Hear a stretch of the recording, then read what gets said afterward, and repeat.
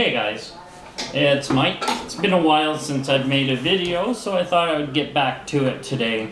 It's a little lousy outside, and I thought, well, I got the parts in that I ordered, and I would love to get them together and finally get them installed in my DC3 so I can get it up and flying before the RC shows start this spring. So what I've got here is something very special I ordered out of the US. I found these incredible fuel tanks from a company called Fourtitude RC. If you're looking for a totally sealed tank for an RC plane, and I'm quite certain they might work in some RC trucks as well, this is the company. They come all pre-plumbed with fuel lines, fuel barbs, and sealed, so you don't have to worry about leaking or anything else. I know they're sold in Canada at a company called Aircraft Model Research out of Montreal. They're varying in price. They start at about $25 a tank, which I think is very reasonable considering what they do and how well sealed they are. So without any further delay, I thought I'd get them installed. I've also got a couple brackets to put together that are made specifically for these tanks, which hold them nice and secure in your plane. So here they are. Like I say, Fourtitude RC. They're made out of San Antonio, Texas. They do have a website, Fourtitude RC. You should definitely look them up. They're really worth it. I don't think you'd go wrong with them, and you'd be very happy with what's included and everything. You don't need to purchase anything extra for these tanks. They come with the fuel lines to plumb your vehicle.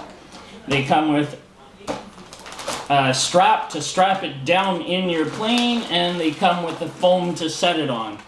So for that money, you get everything you possibly need, plus you don't have to worry about leaking of the fuel tank. So to me, it's worth every penny, because the last thing I want to do once I get done this plane is have fuel leaking inside of it. So let's get it out and take a look. First thing in the bag I'm going to look at is instructions and warnings.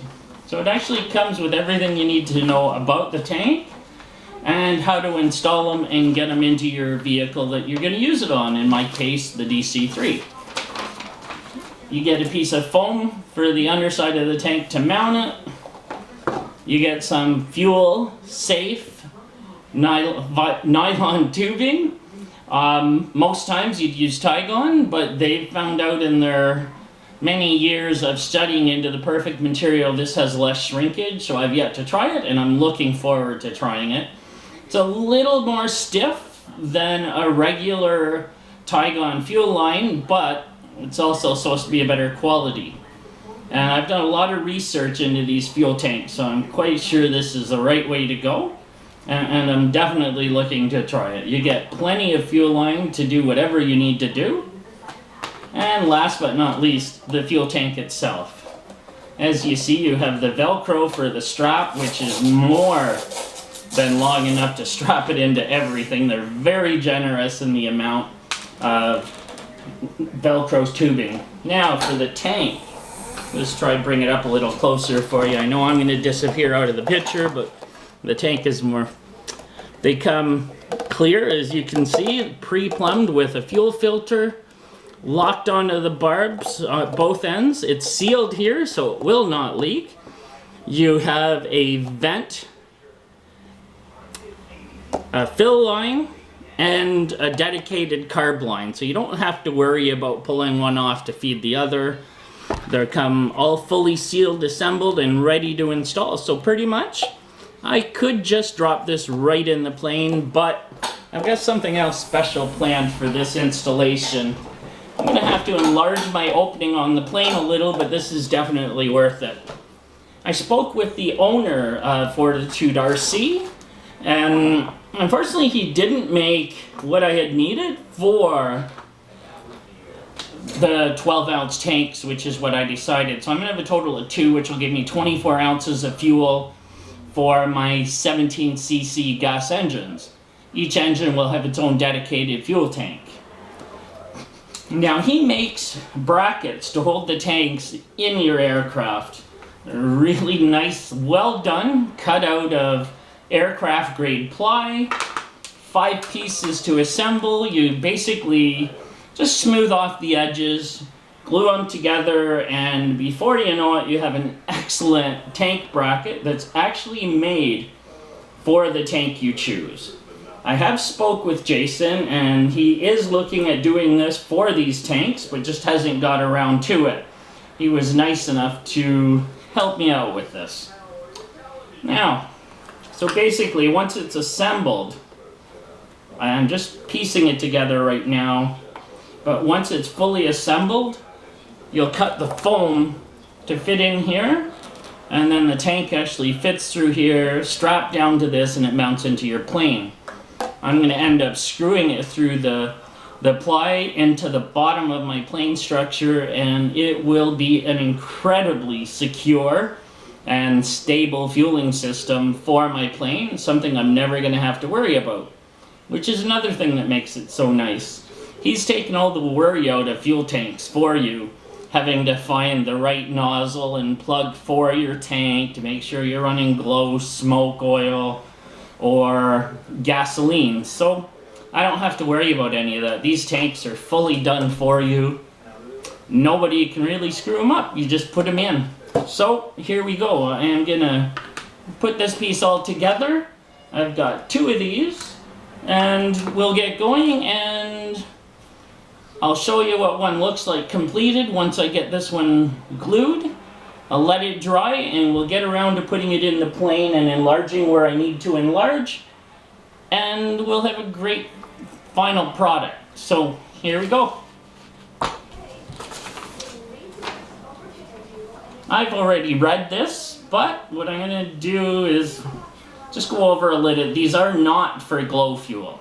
If you plan on using a nitro engine, do not use these fuel tanks. They will fail.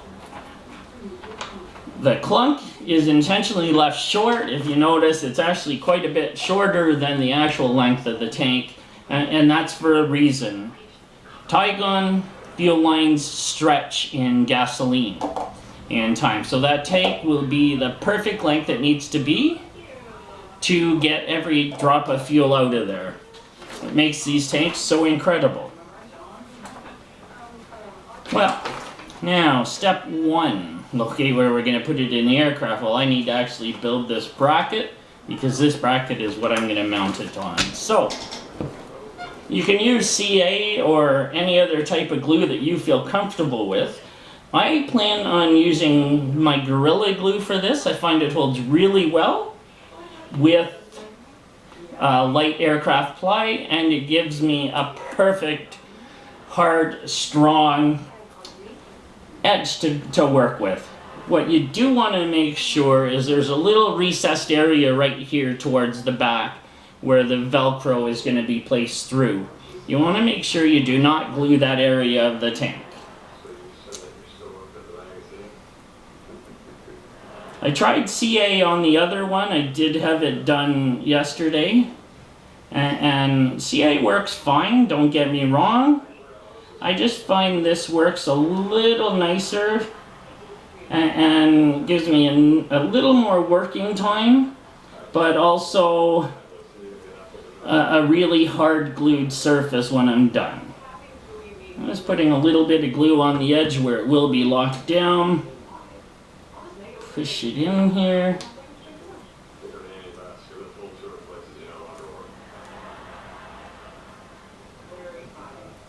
Do the other side up really quickly.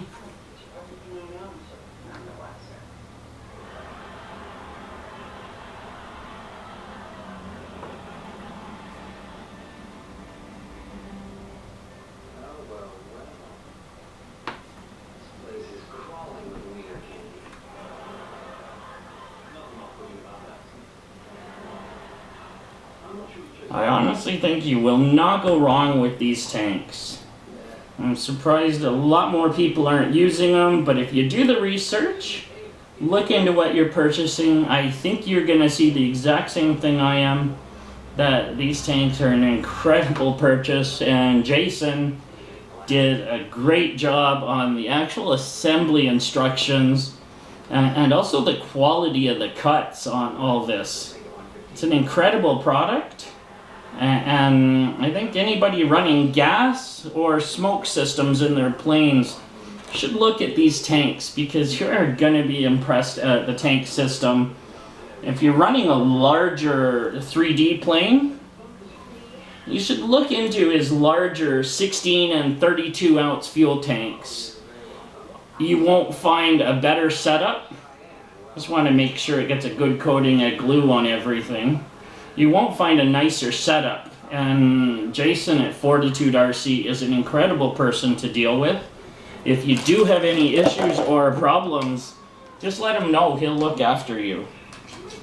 Just going to clamp this up very quickly.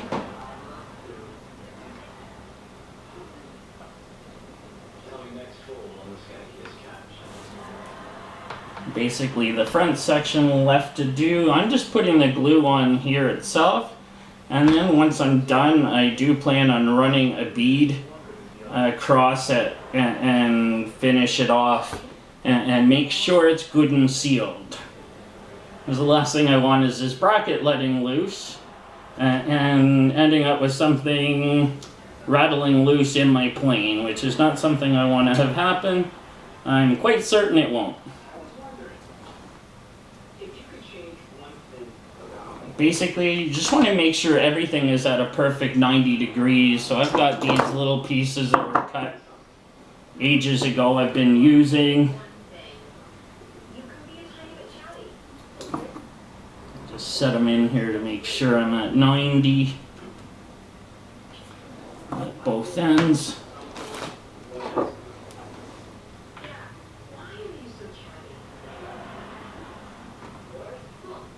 Yeah.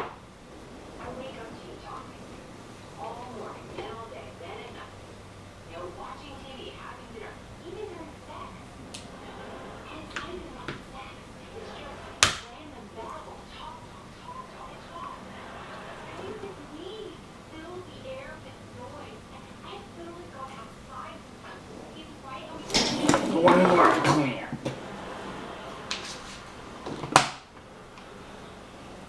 What I'm going to do next is grab the wing of the aircraft, the center section, while I let this dry.